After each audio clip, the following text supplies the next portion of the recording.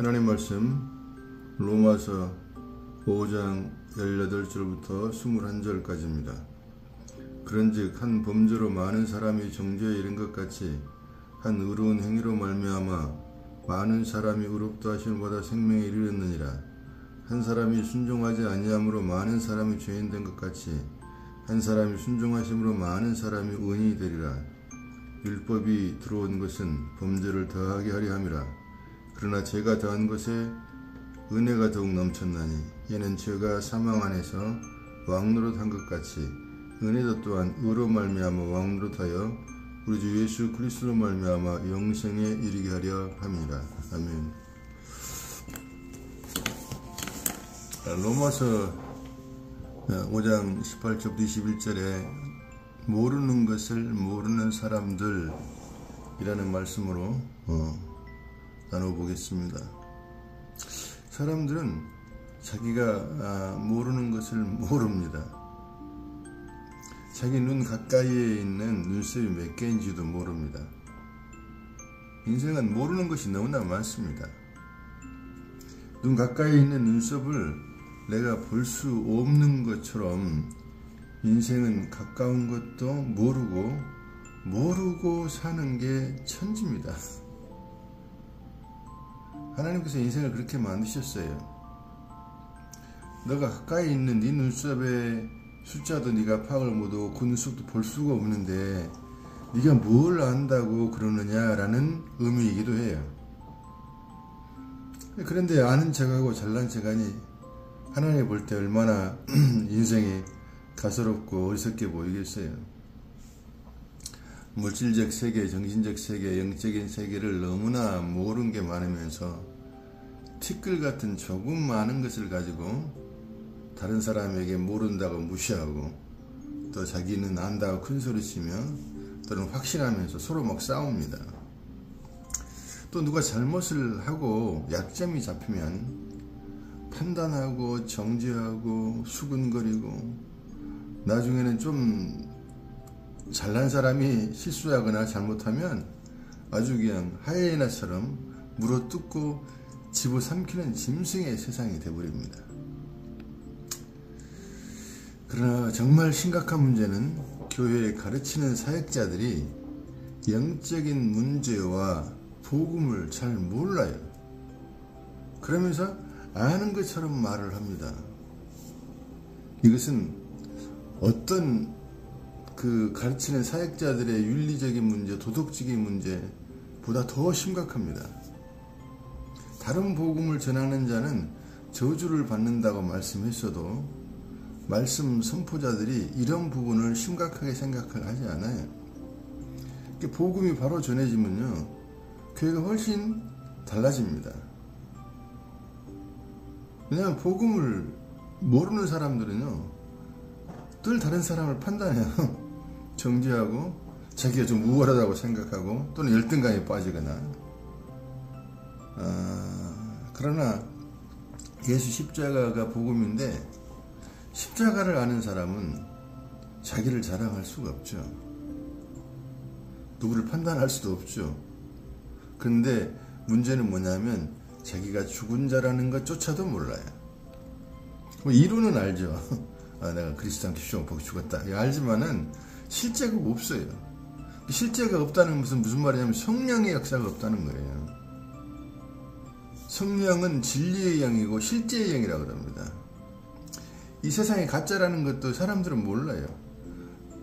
어둠이고 사망이고 멸망을 향해 치닫는 세상이 모릅니다. 근데 성령이 오시면 참된 신자들은 이 세상이 가짜고 오직 주님 안에 있는 것과 주님만이 실제요 진짜라는 사실을 알기 때문에 참된 신자들은 실제의 삶을 살게 됩니다. 즉 비진리와 진리를 분별하며 살아간단 말입니다. 성령이 역사할 때 자기 자신과 예수 십자가와 하나님의 사랑을 알게 됩니다. 성령이 충만할수록 뭐가 일어나냐면 자기가 죄인 중에 괴수라는 걸 알게 돼요. 자기가 죄인 중에 괴수라는 걸 아는 사람이 누구를 판단하고 누구를 정죄하고 누구를 욕하고 누구 앞에 잘난 척할 수 있겠어요. 없죠. 오히려 자기 자신이 판단받고 정죄받을 사람이라는 것을 알기 때문에 하지 않아요. 우리 쉽게 이렇게 말하자면 저 사람 말이야 그러는데, 저 사람은 한 손가락이지만 세 손가락은 나를 향하고 있습니다. 그리고 하나는 위로 향하죠. 하나님까지 판단을 하는 사람들이니까요. 18절과 19절에 보면은 한 사람 때문에 우리도 모르게 죄로 태어났잖아요. 한 사람 때문에 또 우리가 사실은 의인 될 자격이 없는 의인이 되어버린 거예요. 그러니까 우리가 죄를 행치 않아도 죄인이 되었듯이 우리가 의를 행치 않아도 의인이 되는 것입니다. 그러니까 율법을 지켜야 한다, 선을 행해야 한다는 게 별 의미가 없어요. 율법을 지키지 않고 선을 행하지 않는다고 해서 그 사람이 의인이 되지 말란 법이 없거든요. 주님이 창녀, 강도, 세리들, 살인자들을 데리고 천국으로 가신 이유는 너희가 너희의 선한 행실과 아무 상관이 없다는 것을 설명하는 것입니다. 바리새인들은 율법을 지키고 선을 행했어요. 그리고 그들은 천국 간다고 믿었어요. 그들은 의롭다고 했습니다. 근데 그들이 버려져 버렸습니다. 절대적으로 천국 가는 건 주님의 은혜로 가는 것입니다. 창녀, 세리, 강도를 보면서 내가 그런 자라고, 저 사람들을 통해서 나를 보게 하신 것을 발견하면 그 사람은 은혜 받은 사람이고 다른 사람을 무시하거나 판단하지도 않고 정죄하지도 않으면서 기도할 뿐이에요. 주님, 내게 긍휼을 베풀어 주셨으니 저에게도 긍휼을 베풀어 주십시오. 그리고 저 모습이 또 내 모습입니다. 그러니까 내가 누구를 판단할 수 있겠어요. 20절에 율법이 들어온 것은 범죄를 더하게 한다 그럽니다. 율법을 통해 우리 속에 있는 쓰레기 같은 죄들이 다 폭로됩니다. 범죄가 더해진다는 말은 율법이 통해서 범죄가 더 많이 들어오게 한다 그런 뜻이 아니에요. 내게 있는 것이 드러나는 것을 말하는 거예요. 율법은 지키라고 준 것이 아니에요.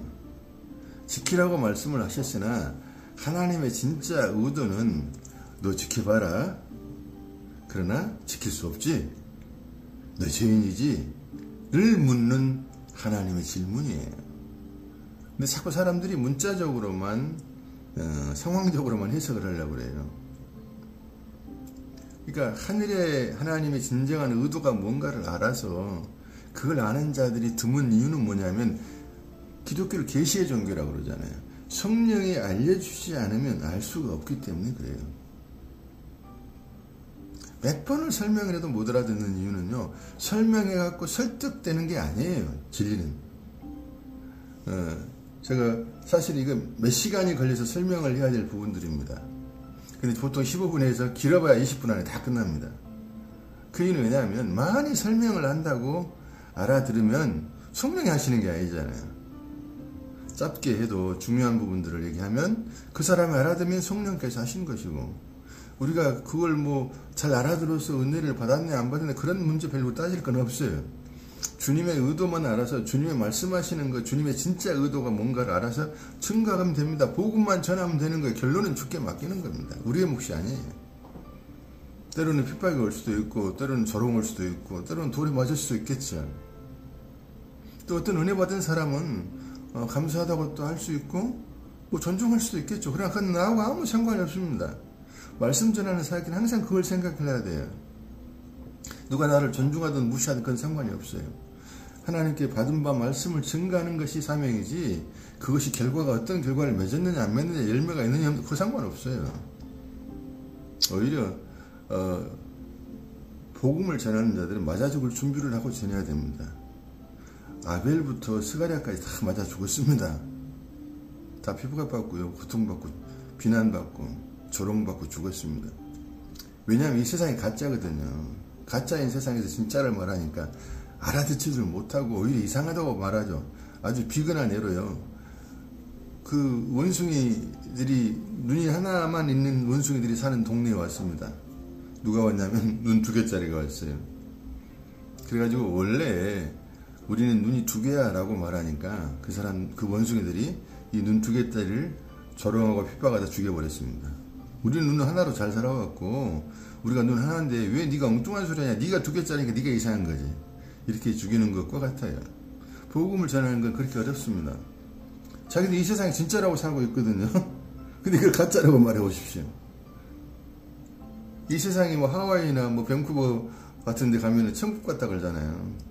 근데 그게 가짜라고, 지옥이라고 말해 보십시오. 착한 사람을 보면 저 사람 존경할 만해 그렇게 말하잖아요. 근데 제가 짐승이라고 말해 보십시오. 좀비라고 말해 보십시오. 가만 놔두겠습니까? 그래서 진리를 말한다는 건, 실제를 말한다는 것은 쉽지가 않죠. 그러나 그것이 주님이 우리에게 주신 부담이라면 우리는 전해야 됩니다. 뭔가 득을 보려고 전하는 사람들이 아니잖아요. 복음 전파자들은 하나님이 주신 부담을 따라서 전하는 사람들이 하나님의 사람들입니다. 거기에 무슨 이익을 챙기려는 것도 없고요, 자기의 명예를 얻으려는 것도 없고요, 오히려 명예를 잃죠. 세상과 복음은 반대되어 있잖아요. 종교와 진리는 반대되어 있잖아요. 사실은 기독교가 기독인을 많이 핍박을 했죠. 천주교가 얼마나 신실한 그리스도인들을 많이 죽였는가요. 오늘날도요, 종교적인 교회가요, 진짜 교회, 진짜 신자들을 많이 핍박을 합니다. 우리는 근데 이제 우리가 알아야 될 건, 은혜를 그러면 알게 하려고 죄를 많이 지어갔다고 생각하는 것은 참 어리석은 것입니다. 그 부분에 대해서 6장에 가면은 바로 나오지, 다음 주에 하겠습니다. 너희가 은혜를 더하겠다고 죄를 지켰느냐? 그 다음 답이 뭐예요? 그럴 수 없느니라. 그건 다음 주 좀 더 설명하기로 하고, 어차피 이제 우리가 사는 게 다 죄예요. 죄 덩어리가 우리 속에 있어서 마치 우리가 똥을 차고 있는 것처럼요, 먹으면 좋은 게 나와야 될 거 아니에요. 더러운 게 나오잖아요. 그러니까 죄 덩어리가 우리 속에 있어서요, 모든 게 죄므로 은혜가 아니면 살 수가 없어서요, 예수가 오셔야만 했던 것을 알게 됩니다. 21절에 죄가 사망 안에서 왕노릇한다, 그렇게 말씀합니다. 모든 사람은 죄에서 벗어나지를 못해요. 사망에 다 끌고 와서 멸망으로 끌고 와버립니다. 태어난 순간에 사망 안에 있다가 결국은 사망하게 됩니다. 사실 우리가 지금 산다고 말하잖아요. 그럼 뭘 모르는 겁니다. 지금 죽어가고 있는 거예요. 어쩌면 죽은 자예요. 근데 죽은 자라는 것을 죽음으로, 사망으로 결론 내어주고, 봐라, 너 죽은 자의 찌라를 알려주는 거예요. 자꾸 막 우리는 산다는 것에 취해가지고요, 그 죽은다는 걸 생각하면 무서워하고요. 그러니까 안 돼 있는 거예요. 준비가 전혀 안 돼 있는 거고, 복음을 모르는 거예요. 죽음이 싫어. 천국 가는 게 싫은 거예요. 말은 천국이라 그러죠. 막상 야 죽어라, 지금 가자, 그러면 안 가요. 참, 모든 인간은요, 인정하든 인정하지 않든 사망 안에서 살고 있어요. 좀 아이러니하죠? 사망과 산다는 게 이상하게 이렇게 같이 엮여져 있으니까요. 사는 게 사는 게 아니죠. 근데 산다고 자꾸 생각을 하는 거예요. 속고 있는 겁니다. 우리가 하는 행실이 다 죽은 행실이에요. 종말을 향해 달리는 좀비와 같아요. 근데 여기서 무슨 선이 나오겠습니까? 선악과를 따먹은 인간은 선을 행할 수도 있지만 그것은 이미 범죄한 후에 죄인으로서 나오는 선이기 때문에요. 그건 하나님 앞에 아무 가치가 없어요. 죄인이 율법을 지킨다고 무슨 의미가 있겠습니까? 교도소 안에서 착실하다고 그 사람이 착실한 사람이 되고 의인이 되고 선인이 되는가요? 교도소 안에서 착한 일을 하든 악한 일을 하든 다 그냥 죄인인 거예요. 이 세상은요, 죄의 나라예요. 왜냐? 사단이 잡고 있잖아요. 그 중에서 예수가 하나님 택한 백성 끄집어내주는 거예요. 사람들은요, 아주 종말을 향해 달리는 좀비와 같아요. 이것은 사망의 왕노릇 한다는 의미입니다. 육신의 일, 세상의 일, 모든 것이 멸망을 향해 달려갈 뿐입니다. 그러나 우리는 예수 안에서 의로 말미암아 왕노릇하며 영생에 이르게 됩니다. 아, 이 세상이 아무것도 아니구나, 이거 가짜구나, 사망의 세계구나, 멸망을 향해 치닫고 있구나, 이걸 아는 것 자체가요, 왕노릇하는 영생의 삶이에요. 그래서 무시할 수 있는 거예요. 좋은 차를 사는 것도, 돈 부자가 되어지는 것도 대단한 명예 다 크게 우습게 할 수 있는 거예요. 이렇게 가치관과 세계관의 새로운 변화가 일어나기 시작하죠. 하늘의 것, 위의 것이 정말 귀하다는 걸 알기 시작하고 예수 안에 산다는 것이 얼마나 중요하냐 이렇게 보는 거예요. 이게 이제 영생에 사는 삶이에요. 이게 하나님이 아담과 하와이가 너희가 어디 있느냐, 네가 어디 있느냐고 묻는 것처럼 어떤 주님이 영역을 묻거든요. 그리스도 안에 있느냐, 그리스도 밖에 있느냐를 늘 묻거든요. 그러니까 우리가 왕노릇 한다는 말은 그리스도 안에 있어서 그리스도 밖의 것을 중요하게 여기지 않는 거예요. 왜냐하면 이게 더 은혜가 왕노릇하고 의가 왕노릇하고 있기 때문에요. 참된 믿는 이들은 이 크로노스를, 이 역사라는 세상에서요 카이로스의 삶을 삽니다. 크로노스는 인생의 역사하고 시간의 역사예요. 그냥 시간 속에서 썩어짐을 향해 달려가는, 멸망해 가는 사망의 행진이라는 것을 알게 돼요. 카이로스 묵시가 있는 사람들은, 은혜가 있는 사람들은. 우리가 사실 다 크로노스, 이 역사 속에서, 시간 속에서 그냥 멸망을 향해 달려가고 있는데 어느 날 카이로스가, 은혜가, 묵시가 일방적이며 불가항력적인 은혜로 우리에게 들어온 것이에요. 묵시의 세계, 영적인 세계가 멸망을 향해 달리는 사람들 중에 택한 사람들에게 하늘을 보게 하고 영생을 경험하게 한 것입니다. 우리에게는 더 이상 사망의 왕노릇 하지 않아요. 더 이상 사망에 두려워 떨 필요가 없다 그 말입니다. 사망 너희 쏘는 것이 어디 있느냐 그 말이야.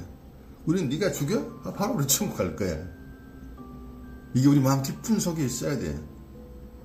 그래서 늘 은혜를 사모해야 돼요. 은혜가 충만할 때 사실 그것도 가능하죠. 우리는 연약하기 때문에 또 순간에 넘어지거든요. 은혜와 의가 왕노릇 할 수 있게 하는 분이 우리 속에 들어와 계십니다. 우리는 죄를 안 지을 수 없어요. 모든 사람이 죄인이기 때문입니다. 그래서 근본적인 그 영적인 죄, 일반적인 죄, 이게 다 거기서 벗어날 수가 없어요.